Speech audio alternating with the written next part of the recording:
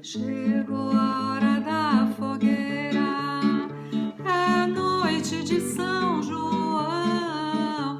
O céu fica iluminado, fica estrelado de balão.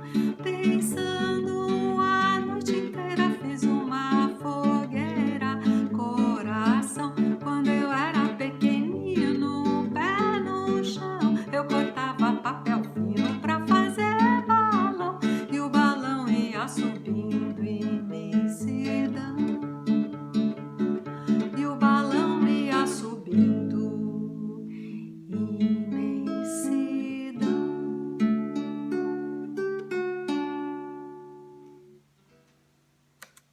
Pessoal, deixa eu mandar um abraço aqui para vocês e explicar que nesse momento, assim, a gente está tendo que superar as telas, né? E nada como encarar algo para superá-lo, né? Então, estamos todos aqui tendo que enfrentar, por isso que quis fazer um vídeo para falar um pouquinho com vocês.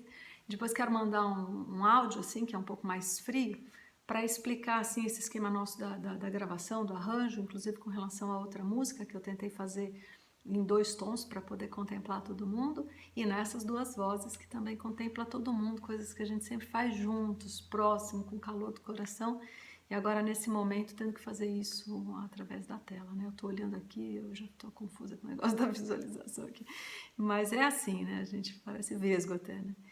Mas é aqui que eu tenho que olhar, certo?